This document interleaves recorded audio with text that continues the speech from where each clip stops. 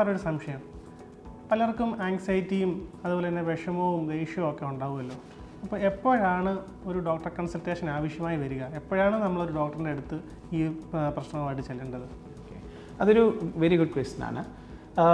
ഈ പറഞ്ഞതുപോലെ എല്ലാവർക്കും ഇടയ്ക്ക് ആങ്സൈറ്റി വരും, ഇടയ്ക്ക് വിഷമം വരും, ദേഷ്യം വരും. നമ്മൾ നോക്കുന്നത് ഈ ഒരു ഡിസോർഡർ ആണോ അതോ ഒരു ഹെൽപ്പ് വേണോ എന്ന് നോക്കുന്നതിൻ്റെ മെയിൻ ഒരു ക്രൈറ്റീരിയ എന്ന് പറയുന്നത് നമ്മുടെ ലൈഫിനെ അത് എത്ര ബാധിക്കുന്നു. ഇപ്പം ചിലർക്ക് ഒരു വിഷമം വരും, പക്ഷേ പിന്നെ ഇച്ചിരി കഴിഞ്ഞിട്ട് അവർ അത് ഓവർകം ചെയ്തിട്ട് മുന്നോട്ട് പോകും. അവരുടെ ലൈഫ് നോർമലായിട്ട് അല്ലെങ്കിൽ ആ ദിവസം നോർമലായിട്ട് പോകും. ചിലർക്ക് ഇച്ചിരി ആങ്സൈറ്റി വരും, പക്ഷേ അത് മാനേജ് ചെയ്യും.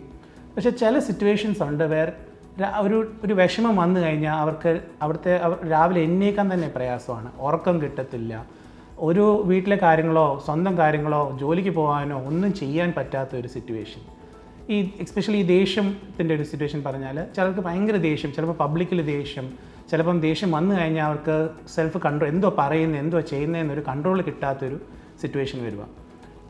ഈ ഒരു ലെവലിലോട്ട് കാര്യങ്ങൾ എത്തുമ്പം അവരുടെ ലൈഫിനെ ബാധിക്കും. ഫാമിലി ലൈഫ്, പേഴ്സണൽ ലൈഫ്, അവരുടെ സോഷ്യൽ ലൈഫ്, വർക്ക് ലൈഫ് എല്ലാത്തിനെയും ബാധിക്കാൻ തുടങ്ങുമ്പോഴാണ് നമ്മൾ പറയുന്നത് ഒരു ഹെൽപ്പ് ഡെഫിനറ്റ്ലി ആവശ്യമാണ്.